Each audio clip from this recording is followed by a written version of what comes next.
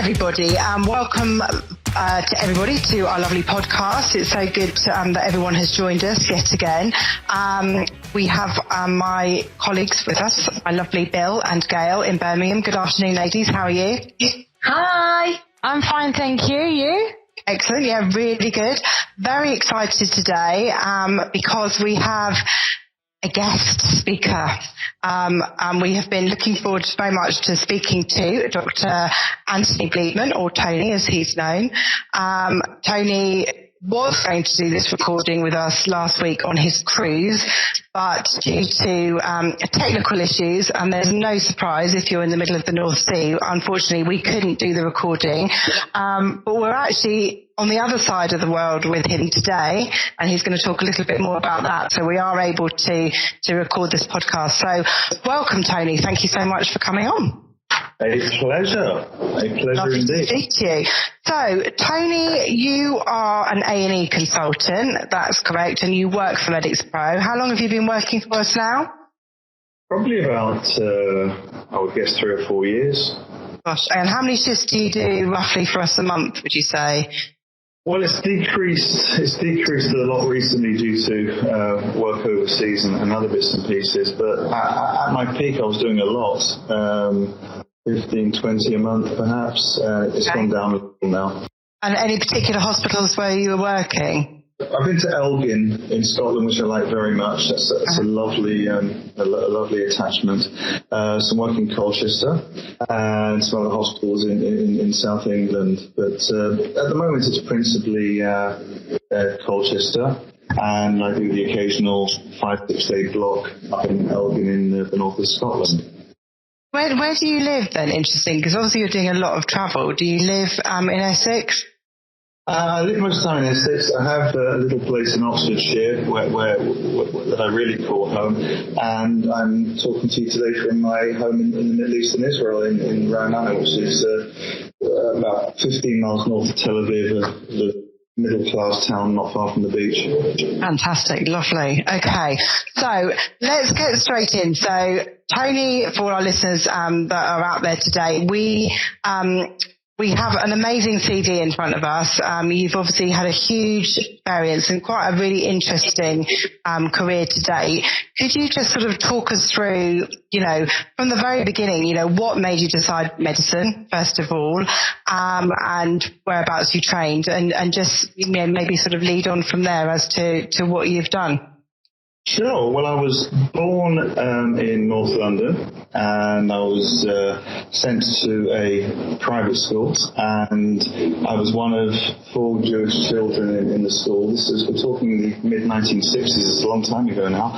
Yeah. And life was exquisitely unpleasant back in the day. It was exquisitely unpleasant, not just from fellow pupils, but also from some members of staff. It made my life quite miserable. And that was quite difficult in childhood, having quite a difficult time at school. And I suppose we call it bullying or racism, but it had quite an impact on me. And at the age of 15, I came on a family holiday to Israel first time, and I looked around. The weather was lovely. Most people were Jewish, and there was no anti-Semitism. The food was great. The women were gorgeous. And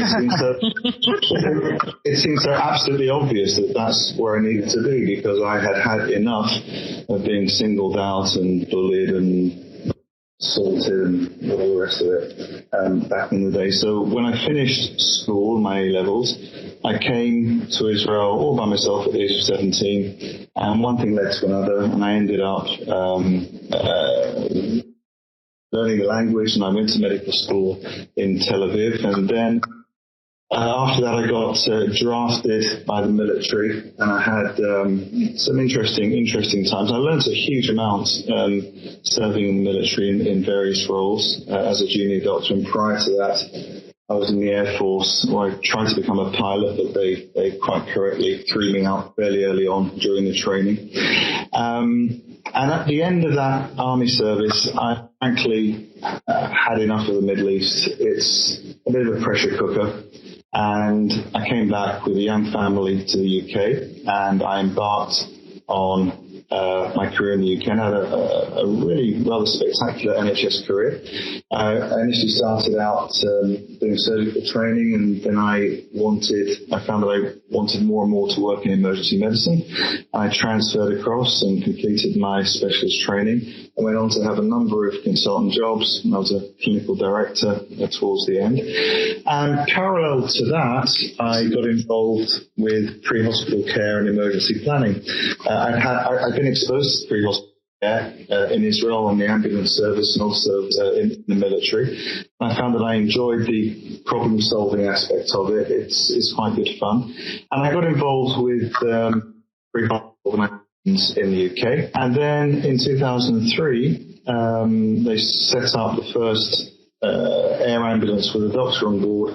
First one outside of London, Hems, and I was recruited with another small number of doctors. We worked as volunteers setting up the Warwickshire and Northamptonshire Air Ambulance, where I worked for a number of years and loved it. And I published a couple of books with Penguin about our adventures at that time. And then I was asked to become medical director of the air ambulances in the West Midlands. After that, I went down to help set up another unit in Bristol. So I was working on air ambulances for about 13 years, and I loved it. And then one day, having done it for 13 years, I found myself at the scene of a multiple pile-up on the M5 near Bristol. It was freezing cold in winter, and as we hopped off the aircraft, two thoughts entered my head. Number one, oh, it's really cold. And thought number two, this bag's really heavy. And that led thought number three, if that's what I'm thinking about when I get to the scene of a multiple pile-up, it's probably time to call it a day. And there was an element of realization that I've done all I wanted to do with air ambulances. And I had a great time doing it. And I walked away from that probably about 5-6 years ago now. And early on in my UK career, very early on in my UK career, I got involved quite by chance with working with the UK police on various use of force projects. And that got me interested in some aspects of use of force. And I was asked to assist with the design of modern-day body armour for the UK police, which led to a PhD from the University of Birmingham.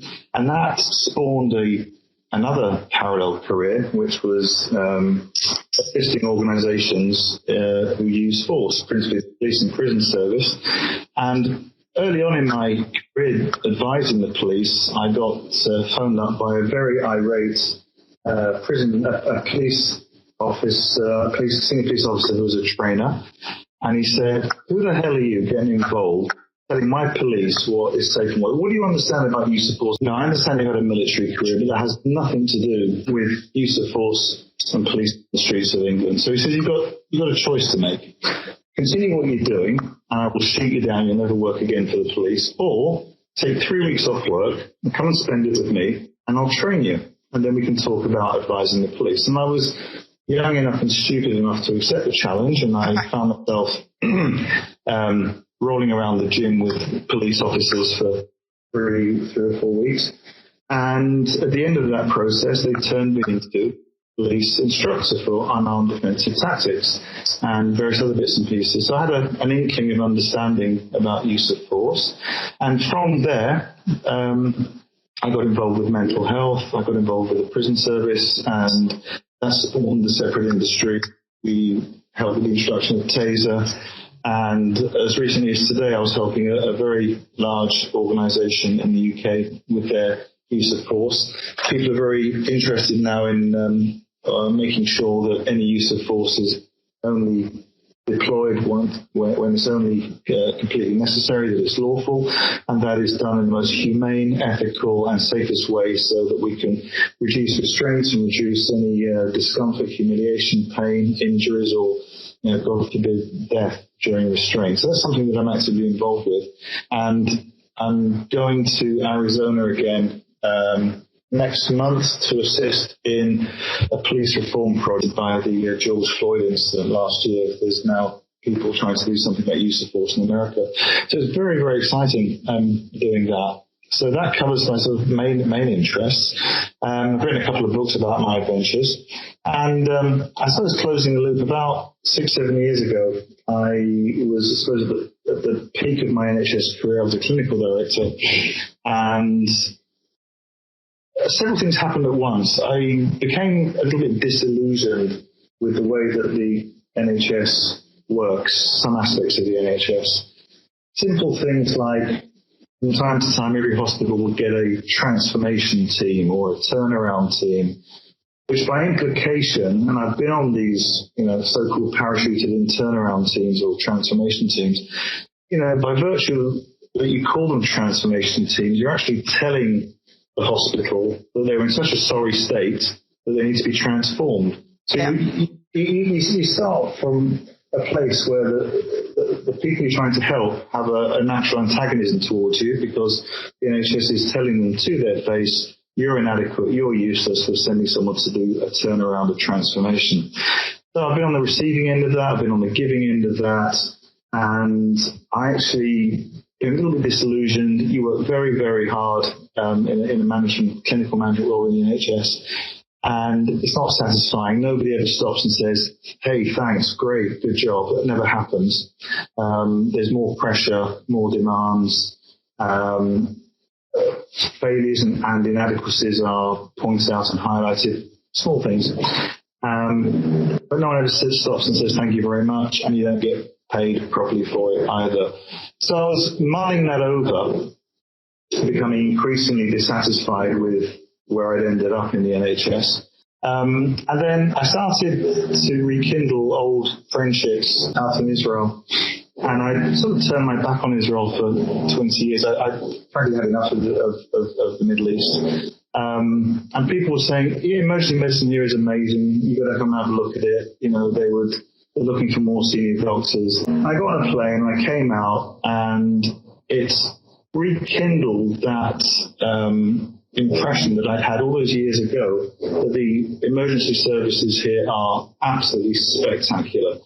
Publicly funded, but properly regulated and controlled. But it's just done properly, and it's done in an atmosphere of can do, will do. People fight for patients, and there's clinical freedom that one does not enjoy so much in the NHS.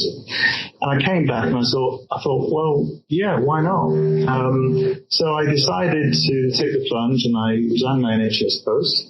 I came here for a month to supervise practice so I could get signed off on the specialist register in Israel, learn the differences between the two systems, and for the last 6 years I've been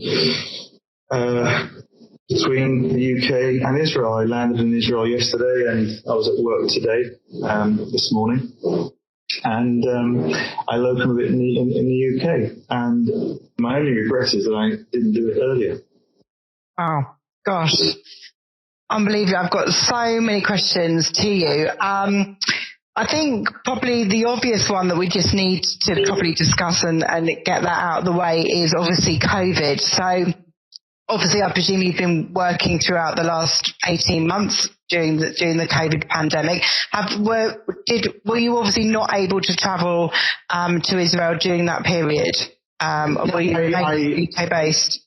I did travel, but there were quarantine requirements. So I spent a significant amount of time banged up in the little flat. But there are profound differences to the way that it was managed between the two health systems. Looking at the good stuff, the vaccination program in Israel was very, very rapid, rather spectacular. Quite a large number of anti-vaxxers, which remains problematic in Israel. But the way that the hospital ran was amazing, absolutely amazing. There were no cancellations of elective surgery. Cancers, were being picked up early. Outpatients were running. GPs were running. I won't say normally, but they were not generating long waiting lists. And the way that it was managed in hospital was really quite something to behold. It was very, very good. And I remember talking about the Nightingale Hospital early on in COVID, and one of my colleagues said, that's the most ridiculous idea I've ever heard, to set up hospital all by itself just for one presentation. What you need to do is increase what you do in a hospital that's already established and has all the facilities. What you don't do is put something in isolation. It will never work. And he was right. It didn't work. Yeah. It was a big white elephant. What we did here, I need to show you pictures of this. But I was conscious working in the emergency department where it ran fairly smoothly. Suspected COVID patients wing. A lot of it was done remotely through a lot of advanced technology. It could do everything to screen patients, take their temperature, record their blood pressure and heart rate, do a chest x-ray, all remotely. And you could talk them through a microphone, and if they were confirmed patients and they were well, you could send them home. They got taken home by crew that were protected, put into isolation at home, or quarantine at home. And those ones that needed medical care, once we don't need to refer people in Israel, we don't need to beg and sell each patient to a medical registrar. It's all done on one computer system. If I click on admit, it'll take all that information. It'll ping the phone of the receiving physician on the unit because they rotated so that no one's overwhelmed at any one time. They'll go to the computer, see what's going on. The patient will be taken there. And I never saw them again. And that's how it works. I don't have to sell or refer each patient, which is quite refreshing. And I suppose at the height of it, the senior nurse on for the hospital came down to the unit, and there was a discussion about a rather complex patient, and she said, I think we'll put her on in the COVID block. And I said, okay, if that's what you want to do, that's fine. She says, have you seen it? I said, no, I haven't. She says, I'll take it. And what they've done, there's a 4-story underground car park right in front of the hospital. Within 3 days, that was turned into 74 intensive care beds. It was done in hours. Remote monitoring, they were getting physiotherapy and occupational therapy, and everything was done in this underground multi-story car park, which was amazing. Something I've never seen anything like it before. A massive unit that was functioning really, really well. No corridor waits, no queues at the front door. It was quite something. And I remember standing in one hospital that you sent me to, in the north of England, standing there helplessly in a corridor with patients in the corridor just going around, filling up the corridor space. No oxygen, no real care, queues of ambulances, and you feel completely useless, impotent. There's nothing you can do apart from walk around and reassure people. At the peak, it wasn't always like that, of course, but there were times when there was very little that one could do in that situation.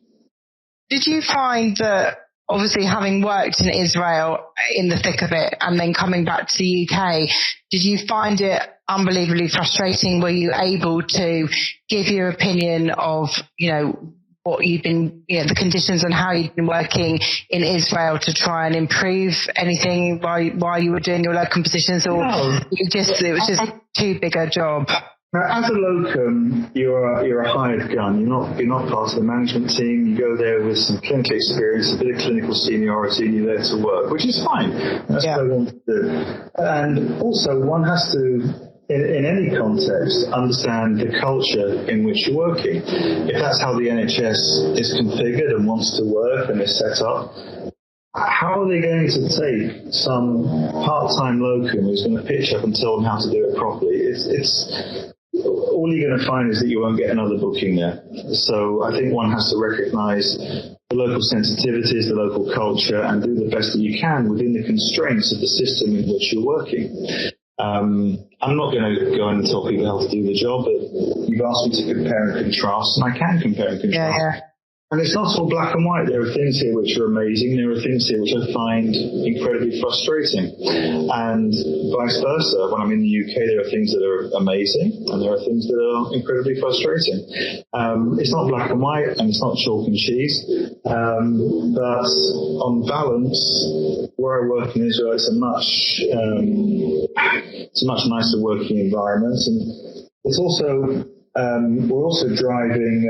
We're trying to solve peace in the Middle East at the same time. We're working hard at that, which is interesting. I'm not going to get political because I'm not sure where I stand politically, but what I do know is that 35% of our staff are Palestinian, 35% of our patients are Palestinian. We socialise together, we work together, we laugh together, we go out together, we visit each other's homes, and it would be the same as if I was in the UK with an Asian friend. It's that sort of thing. I'm not really conscious that he's Asian. He's a friend, and that's it. And we do stuff together. And by and large, that's how it works, apart from the problem areas that are disputed.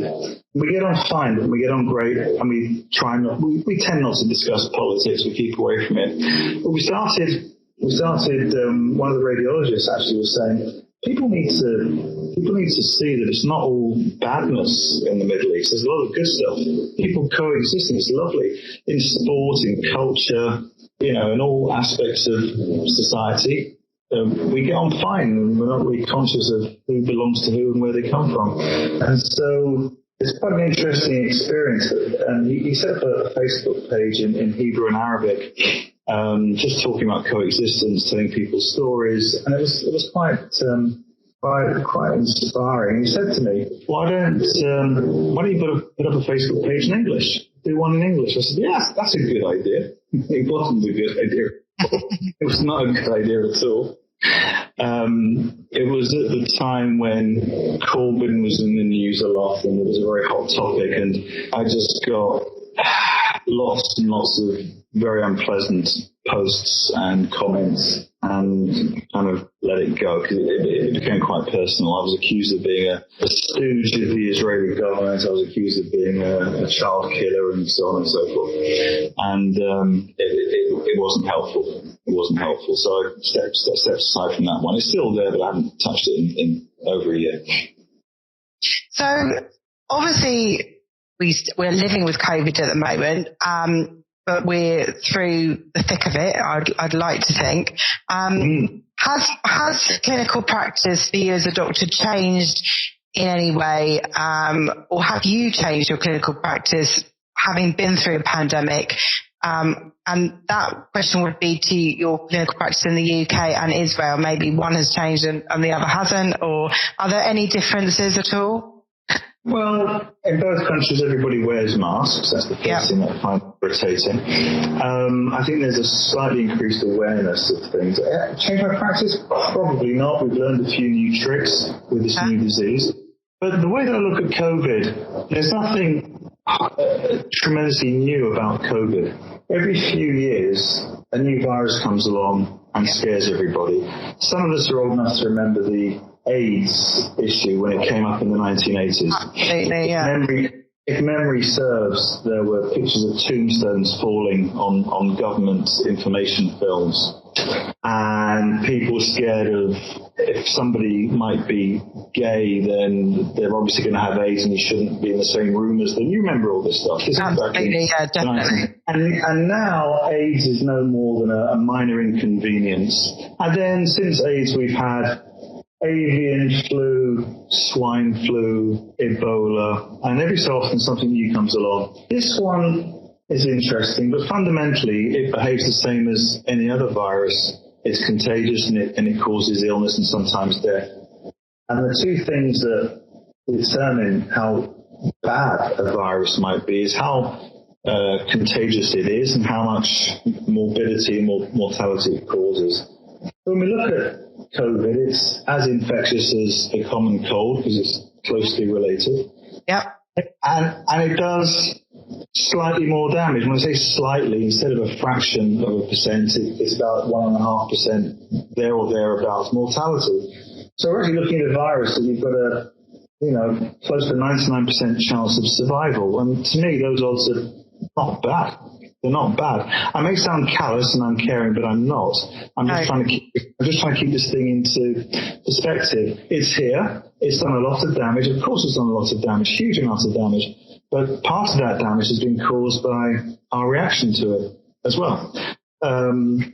There's now a generation of children who only know adults through a mask. There's a whole generation of children that have had 2 years of looking at an iPad to try and get educated. We've got a generation of children who spent 2 years at home, bored out of their wits and forgetting or not learning what socializing is. Yep. It's spawned an increase in all the online nastiness that's out there, the social media stuff that's out there.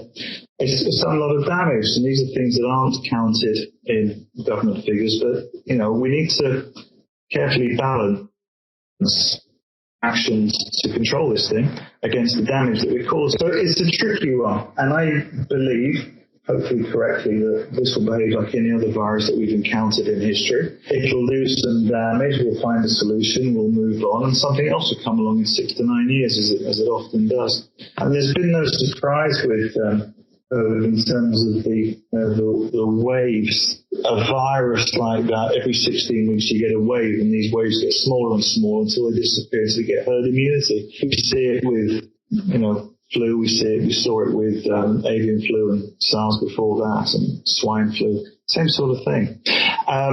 This one is tricky, and the world has changed, and I'm not sure that we'll ever go back to how we were 2 years ago. Some things will change forever. So in terms of how we're managing the pandemic, and obviously this isn't your opinion, but we can see that even as recently as Monday. So from Monday, we're now at the stage where if somebody in your own household has COVID, as long as you've had your 2 vaccinations, then you don't need to self-isolate with your family. So this is a major change for us as an as a country, sorry. Is it a similar, do they have a similar sort of policies in Israel? And my question to you would be, at the moment, we're having to self-isolate for 10 days, which, as you said, this is the symptoms of, very similar to sort of typical flu or sort of common cold. Do you think over time that will start to, that they'll start to change the guidelines in terms of smaller periods of time? Will it go down to 7 days? Will it go down to just until your symptoms have finished, etc.? Or can you see, because obviously it's having a massive impact on work, and, you've got to think, especially in healthcare, nurses, are getting COVID and then having to self-isolate for 10 days every single time. Do you think that's going to change at all in the future? I'm not a virologist by trade, and I think that it will change, because this thing will eventually, with or without vaccines, it will reach a level of herd immunity, and there'll be little outbreaks here and there from time to time, and it may mutate and start all over again. Whether guidelines will change, I'm sure they will. I'm sure they will in time. I think we're still learning how to deal with something that's had such a profound impact across the world. Yeah, I think guidelines will change from time to time to reflect what's happening in hospitals. But I think the NHS was in trouble before COVID came along. Things have been whittled down to such a degree. All of these initiatives about, treatments at home and the concept of admission avoidance teams walking around hospitals with the sole purpose of preventing people coming into hospital, it's not very caring. And it seems a little bit skew-iffed to have a team whose job is to stop hospitals receiving patients. That's odd. Hospitals are there to look after patients. There's no such thing here. If we can manage it in outpatients, they'll go to outpatients. They'll probably get an appointment the same day, or latest tomorrow afternoon they'll have an appointment. The system's geared for it here. So I don't need an admission avoidance team. I don't need guidelines and protocols to allow me to send a minor PE home, or to send... now we're doing virtual fracture clinics. Now, to a clinician, I understand, yeah, it's a broken wrist, it'll heal in 6 weeks, I get that. But for somebody, a member of the public without medical training, who sustains a fracture and they're sent home after an hour or two with a plaster and a leaflet, I would be quite concerned. I wouldn't sit at home, waiting for my Zoom appointments in 3 weeks' time. I think that's wrong. That's not medical care. And what's happened to, please forgive my rant, but I'm going to have it anyway. What's happened to general practice in the UK is shocking. I'm a bit of a dinosaur, a bit of a traditionalist, but I believe that the best medical care is given by a doctor who takes a history, who examines you, hands-on, to see the little nuances, the little things. And patients often go to a GP complaining of something when actually they may be completely different. But absolutely. And we're expecting a GP down the end of a Zoom call, the allocated 10 minutes, I've got bellyache. Well, yeah, how do you know that's not pancreatic cancer? How do you know it's not cholecystitis? And so on and so forth? How do you know it's not a leaking aneurysm or something horrible? You don't. It'll be interesting to see in the years to come when the lawsuits start coming in about neglect. And to me, it's not reasonable to do medicine down a computer screen. I'm a dinosaur, and I admit that. And I like to see patients. I like to chat with them. I like to see the expression on their face. I want to pick up on their anxieties and what they really want to tell me, not what they actually tell me, because they're often not the same thing. And I want to be able to physically examine them, because I've been doing this job a while. You examine with one mindset and you stumble across something else that's actually more significant. A heart murmur, a mass, a skin lesion. It could be all sorts of things. A little neurological issue that may belie something significant. So I'm not a great fan of doing medicine down a screen. I think it's wrong. And I think that the NHS was in a fairly precarious, pared down to the bone state before COVID came. And what we've seen, certainly working for you in hospitals, is people presenting late presentations of cancers because they can't get a GP appointment, and they only come when it's way too late. We get the dental catastrophes, the huge abscesses because they can't get to a dentist, the awful dental things that come in from time to time. An increase in mental health issues, deliberate self-harm, online bullying, cyberbullying, so on and so forth. So that's some of the price that we're paying for how we've managed the health system in the UK during the pandemic. So it's problematic, but I probably had quite a significant rant about that. No. So one of my questions was going to be, in terms of presentation at A&E, is there a marked difference between what you're seeing in A&E now to what you were seeing 2 years ago? Are you seeing a lot of patients that have had really long ongoing issues that they've only decided now is the time to get them looked at? Or are you seeing people that are making better use of primary care rather than just pitching up at an A&E department? I think at the height of the pandemic, people couldn't actually get into A&E departments, and it was quite tricky. I think the general workload has returned pretty much to how it was before it all started, but with this additional, now relatively small element of COVID-related stuff that comes in, it's pretty much back to normal. I think, certainly in the UK, that's my impression, but I haven't looked at the figures. It feels the same. It's the same sort of stuff coming in that was before. Yeah. That's how it was. Hey. Obviously, we need to speak about your time on the helicopter, because obviously that's extremely exciting for people that have never done that before. It's something I always wanted to do as a nurse and never got there, although I'm sure it's a bit late for me now. But anyway, so tell us about your time on the helicopter.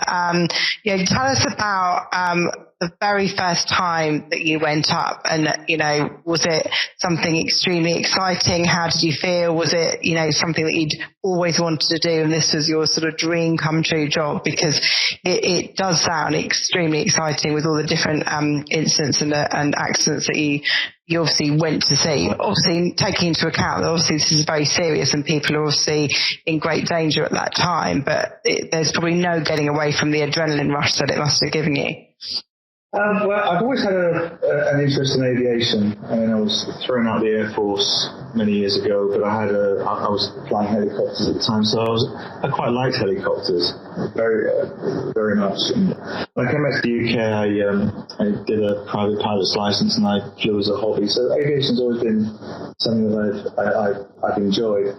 And emergency medicine is what I do. So to put both flying and emergency medicine together is something that I couldn't possibly turn down. And but the issue, the way it's set up, when a job comes into the air ambulance, the 3 crew members are busy. So you haven't got time, at least for the first few minutes, to sit back and enjoy the ride or say, oh my God, this is amazing. Look at the scenery. I can see my house down there. Let's take a picture. No, there's no time for any of that. Well, the pilot's involved he hasn't been able to plan the flight because you're just given coordinates. So you have to work out, if you're flying through controlled airspace, you need to get clearance from air traffic control to go through an airfield's airspace or restricted airspace, whatever it might be. The paramedic's busy assisting with radio calls in the cockpit, and the way we had it set up, the doctor was involved with getting the map out, the rack, working out where the place is, putting the coordinates on a map, handing it forwards, and then planning the job. And so you're quite busy for the first few minutes of the flight. And then I suppose, is adrenaline the right term? But you're trying to work out what you need to prepare yourself for, depending on what you've been told the call is about. So you're thinking, if it's, cardiac, where's the nearest PCI centre from here, where we're going to be? And if it's a trauma, or if there's children involved, you're trying to think, okay, what do I need to get ready and how are we going to manage the job? And so you're kind of busy on the way to a scene. And when you get to the scene, the best part for me was not so much the medicine, which is what you do every day, it's the circumstances in which you do this, and it's problem solving in bizarre situations, in a cinema, in a pub toilet, in an overturned car, in a ditch, in a boating pond, in a canal barge, this sort of stuff. It's the problem solving and working with a small number of crew, delivering hospital level care, intensive care level care, really. And it's that's the fun. So the huge amount of enjoyment, I suppose, afterwards when you get back to base or drive home in the evening. But after a job, you're focused on sorting out the equipment, getting the bag ready to go, restocking drugs, or even on the flight back from hospital, you haven't got time to sit and look out the window. You're busy making sure that your equipment's ready to go for the next job that you might go to, or completing your paperwork, or making a radio call. So it's quite busy, the flying part of it. And for me, the appeal of pre-hospital care is the problem solving in bizarre circumstances, because it's fun. So protecting obviously patient identity, can you give us a couple of really extraordinary cases that you worked on, just things that afterwards you think, I just can't believe that I needed to do X, or that we were sent there, or there must be a couple of real standout ones that I'm sure maybe from your book. Yeah, the answer is by the book, of course. Which we are all going to do. That would be lovely. That would triple annual sales this year. Fantastic. You talked about prison earlier, but we got called to, it was a rugby prison, for a prisoner that was reportedly allergic to something, onions or brown sauce or something. And the story was that he had a burger with onions for lunch, and he developed a severe anaphylactic reaction. That was the report. We got to him, and he was panting and puffing, but all the numbers were good on the monitor. Everything looked okay. And it was a little bit puzzling. This guy looks so unwell, but I've got no objective evidence to see that he's unwell. So we decided to put him on the helicopter and fly him to hospital. And they sent out a very short-statured female prison officer with a transport bag, and we sat in the back of the aircraft. And in the aircraft, only those with a headset can talk and hear each other. And a few minutes into Can I just ask, sorry, just to interrupt, would it be unusual under normal circumstances for you to have anyone other than the patient on board, obviously because of weight, etc.? Is it normal when you're attending, you just take the patient, or do in some circumstances you take maybe the parent if it's a child, or is it normally just the patient? Depends on the aircraft. On the Augusta 09 which we flew, we could take 2 patients and another person, or you could take 2 people. And on the other aircraft, the Eurocopter 135 and the Volker, it was more restricted in terms of space. But in this job was an Augusta 109, and we had a prison officer sat with us on the spare seat, and we had the prisoner laying down on the trolley. And a few minutes into the flight, he sort of miraculously recovered, and he was sitting up looking out the window, and it was fairly obvious to me that, we'd been duped. This guy was trying to get out. So I said to the pilot, because the prisoner couldn't hear because he never said it, I said, I think we got a problem here. Call ahead, and we need a bunch of police on the heli deck when we get there. Absolutely. Because this 4'6" prison officer is not going to hack it. He's a big boy. Mm-hmm. And so obviously your wish was executed, and there was police backup when you arrived. We had police backup, and they took us into the emergency department. He got looked at, he got discharged about half an hour later, and he got a van ride back to prison. What a waste of taxpayers' money. That's absolutely infuriating. Yeah, well, it was a fairly good attempt at a prison escape. It's not bad. Goodness me, wow. Any others that stand out? Well, there's always the top end stuff where you end up doing surgical procedures in an overturned car, in the rain, or delivering an anaesthetic, in those sorts of circumstances, where those sort of conditions where you're curled up on the back seat of a crushed car trying to put someone to sleep and put them on a ventilator while putting in a chest drain and thinking about whether the left leg needs to come off to get them out of the car, this sort of stuff. There's always those sort of top end cases that are memorable, but it's to me I suppose the most enjoyable cases are when you are doing odd things in odd places, a swarm of bees attacking children in a country park. Lots of noise, lots of panic, but didn't actually have to do anything apart from give them some antihistamine syrup, which we managed to get from a land crew who went to hospital to pick it up for us, and give them some ice packs from the canteen at the park so they could put ice packs on. And we sat there for half an hour until they stopped bawling, and it was all fine. So, odd things like that, and it all started. It wasn't bees; it was wasps. There was a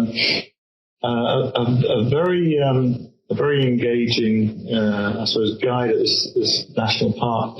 She was taking a class of 7-year-old children on a little nature trail, and there's always one precocious kid. He saw a hornet's nest. And he took a stick and he beat the hornet's nest until it came out of the tree, and the hornets were everywhere. And 20-odd children got covered in bites. My goodness. So, wow. Which was interesting. But that's not problem solving. So you're faced with a distraught teacher, a panicking guide, 27 bawling children, and you're in a sort of a nature trail. So it's not problem solving. How are we going to deal with this? Well, no one's ill. So I got on the radio, can someone go to the hospital pharmacy and pick up a big bottle of antihistamine syrup and, some Calpol, needed lots of Calpol. And I said, is there a building we could use? And they found a little teaching place, little museum place, and they opened it up. And we streamed them through one at a time. They got their ice packs, they got their antihistamine, they got their Calpol, and they got to sit down. And we processed them, so we had a record of everybody, and we waited a while, and the bawling stopped, and it was all good. They went home, and we went home. But we probably prevented 27 hospital admissions. Yeah, absolutely. Which is the other end of air ambulance work. If you've got someone there that is able to discharge at scene, which some ambulance crews are unable to discharge at scene. And that happened on the M5 job, a 22-car pile-up. And I think out of all of those cars, one person got taken to hospital with fairly minor injuries, because we could go from car to car and work out that they're probably okay. We don't need to do anything further. And if I was in hospital, I wouldn't be doing X-rays or CT scans. So we could discharge them at scene. So look, I suppose that's the other end. It's the whole very broad spectrum of pre-hospital work that's interesting. Have you, so, I mean, obviously you've been involved in some pretty horrendous, trauma cases, I'm sure, and, visits, been on the scene of people that are, real life and death situations. Have you ever been in a situation where that patient has obviously survived and then contacted you to thank you later on, months down the line? Do you ever get to see the result of, you basically saving their life, which is what you've done at the time? Chapter 11 of the book describes that a very complex case on New Year's Eve, deep in Northamptonshire, a young woman with overwhelming injuries, trapped in a car for about an hour and a half till they could get her out. And she ended up losing a leg, and she had chest drains, and she was on a ventilator, and she had hours in surgery, I think 32 hours when she got to hospital, something ridiculous. And she survived. And I don't know how it happened, but we got nominated for a national bravery award. We ended up getting an audience with Tony Blair, who was the Prime Minister at the time, a trip around Downing Street. And the following evening, or was it the evening before, there was a big gala thing with B-list celebrities and that sort of thing. And they got us up on stage, paramedic and myself, and the presenter. I think it was Kate Burley. I think she's still on Sky News. I think it was she was the. And she told the story. There was a little film they made. She said, "We have a surprise for you," and the curtains went back, and out came this beaming woman on a crutch. Wow! You had no idea she was going to be there. No, and it was all. Oh, how amazing! Well, that must have been brilliant. Yeah. It just makes you feel a bit uncomfortable. Yeah, a bit uncomfortable, but you smile, and it was getting a little bit, she was sending emails and visiting the base, and, enough already. Yeah.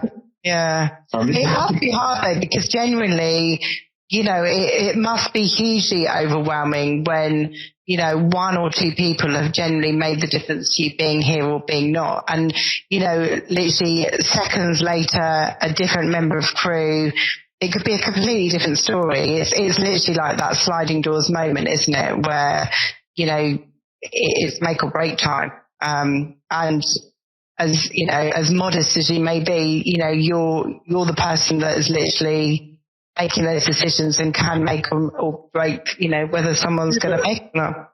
That's true, but these situations are not common.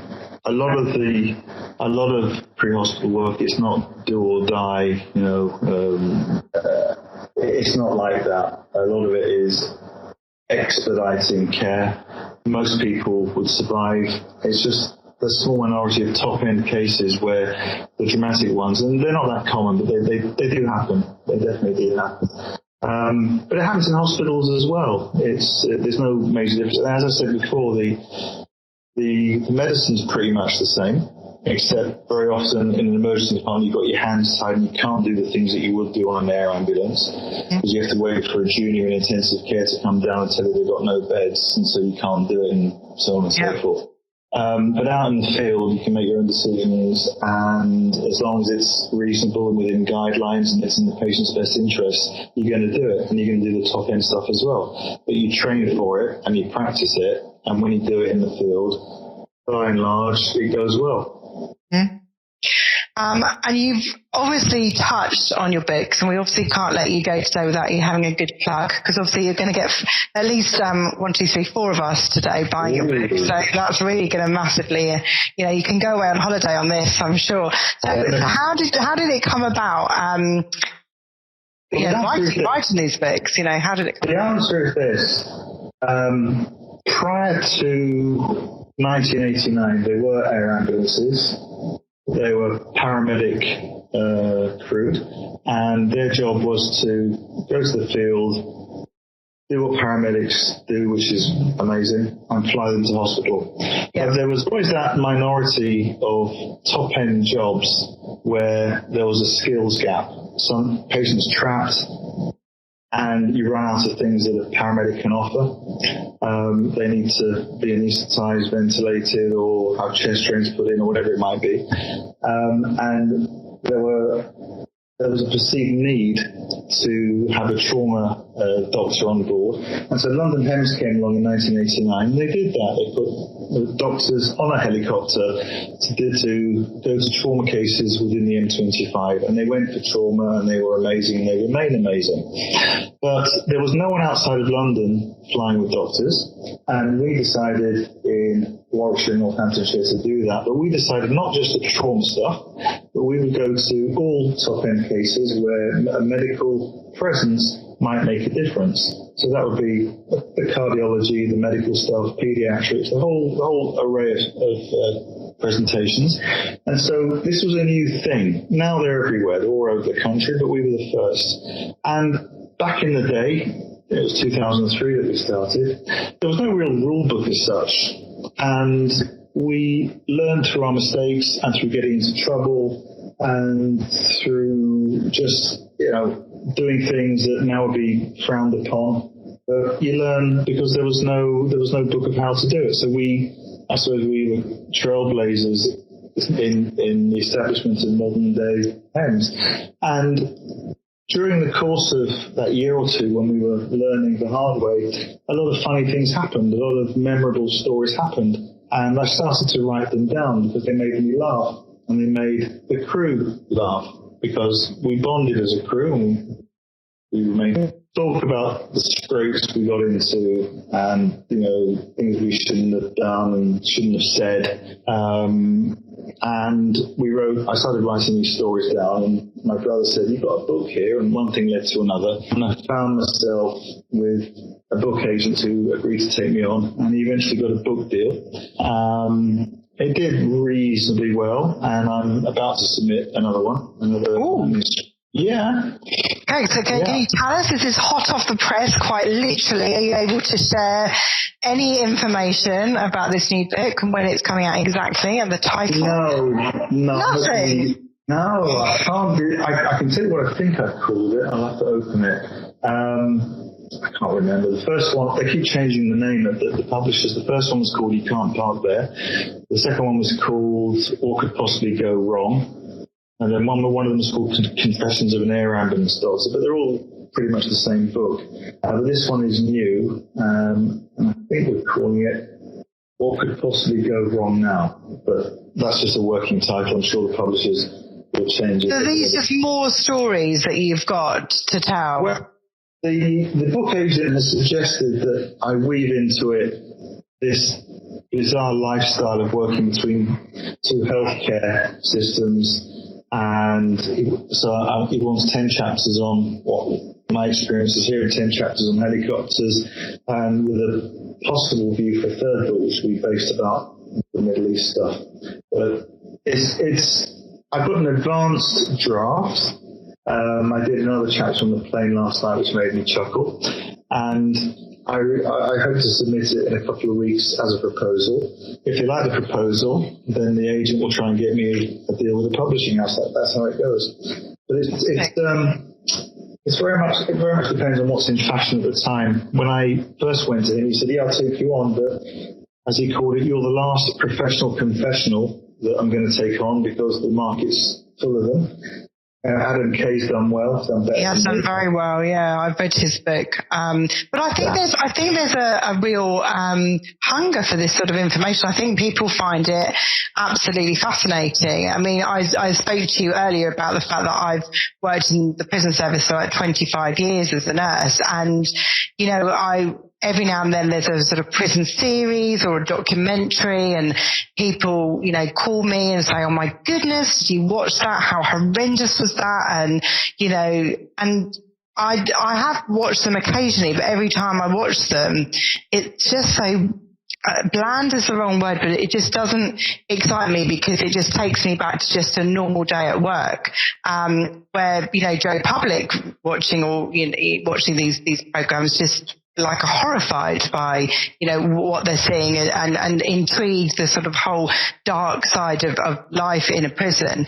But I think there's definitely the hunger for, stories where people can't actually access that sort of life or that career or that information themselves. Yeah, there is, but there's only so much you can do. Doing all these fly-on-the-wall documentaries, we did 8 series of, I don't remember what they're called now. There was Helicopter Hero before that or something else, but you get used to a camera person trotting behind you and you wide up and everything, and you have to watch your language at times.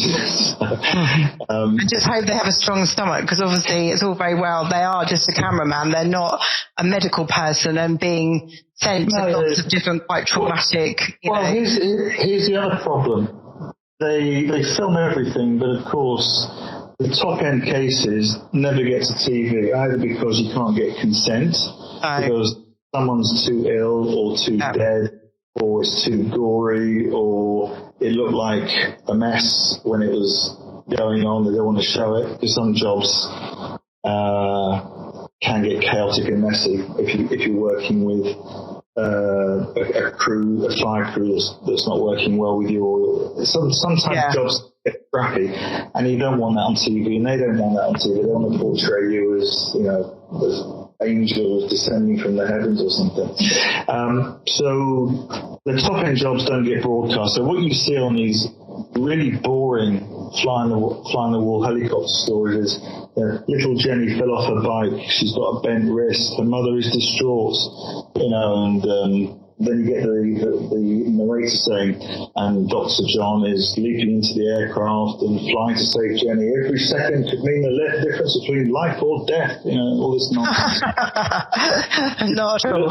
Little Jenny gets the shot of morphine and she's fine, and then try and put a spin on it that little Jenny's 3 weeks later playing on a bike in the garden. If it wasn't for the heroes on the helicopter, she whatever. It's absolutely. It's all very bland. So, and same, I'm sure it's the same in prison stuff. It's some of the horrible things that happen in prison, the mental illness, the violence, the depression, the suicides. It's not going to make fly-on-the-wall TV easy to do. Oh, absolutely. And same in any environment. I mean, I think TV channels are bolder now. There's all this body cam stuff that's coming out as TV shows, police pursuits and all these things. But in the world of blood, snot and gore on the air ambulance, you can't broadcast patients unless they consent, and you're not going to get consent from somebody who is majorly injured or unwell or dead. It's not going to happen. So you end up with TV shows that are very bland and mundane. Yeah, absolutely. Well, thank you so much for having the conversation with us. I've obviously taken all of your time and haven't allowed Bill or Gail to have get a word in edgeways. Ladies, have you got anything particularly you'd like to ask Tony today? Well, amazing work and life experiences you've shared with us today. I have actually got a list of questions, but due to time, I'm actually going to just filter it down to one. I totally agree with your analysis of the challenges that the NHS is facing at the moment, and recognising the importance of face-to-face consultations. But you also mentioned some work that you were doing with mental health and well-being. So a few years ago, I was asked to speak at our local radio, Three Counties radio show, about tackling loneliness and isolation through a campaign of sharing life experiences. And I had to talk about what I would write in a letter to your younger self.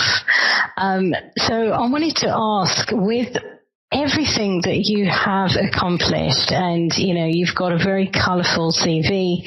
I wanted to ask, if you were to write a letter to your younger self, now let's say maybe the age of 25 or 27 when you probably just finished med school, what advice would you give so that other listeners out there can take some of the words of your wisdom and hopefully inspire them to be a better version of themselves? It's really simple. I did way too much and I paid a very, very heavy price. My obsession with my career, or 3 or 4 careers running parallel, cost me a marriage. And looking back, if I was to write letters to myself, I would say, what's more important? Family life, being there for your children, having a woman that loves and supports you and is there for you, as opposed to being the big doctor doing all these things. So if I could turn back time, I would do about a quarter of what I've done and prioritize the important things in life, which are family. Amazing. And you're absolutely right there, because I'm talking to a lot of doctors during their interview. They do travel quite a bit up and down the country. And when you do ask them about their family life, they have to leave their wives behind with their kids. And they're, living down in London, and they're going to Aberdeen to work for a few months. And, there's all sorts going on. So I think you're right there. Family life probably is something that they need to take a priority on. Thank you. Thank you very much for sharing that wisdom. Gail, anything from you? That was my question. My one question after listening to everything that was going on there. Was there anything that you would have changed? And obviously, Tony, you've just answered it. Absolutely fantastic. Brilliant. Thank you so much. Thank you, Tony. We really appreciate your time today. We know you're an exceptionally busy man. You're obviously, on the edge of jet lag, as well as having to try and remember which country you're in when you're working. For all our listeners out there, please have a quick peek on Amazon or Penguin's website at Tony's books. What could possibly go wrong? You Can't Park There and Confessions of an Ambulance Doctor. So 3 really interesting books, and we're obviously really looking forward to the next one when it comes out. And I'm sure as you're working for MedicsPro, we might even get a cheeky signed copy for the office. Pleasure. Yeah, do come and visit us next time you're in the UK. Yeah, it'd be really nice if you come to visit us one day. Especially if you could land a helicopter outside the office, that would be really great. My helicopter days are over, I'm afraid. Oh, that's a shame. That's a shame. We could have all gone up with you. Thank you. Thank you so much, Tony. Thank you, ladies. Thank you so much to Yaz, who you never get to hear, but our lovely Yasmin is in the background editing and getting doing all the preparation for this podcast, so thank you. Thank you, everyone, for listening. We will be back again soon in the next couple of weeks with another special guest.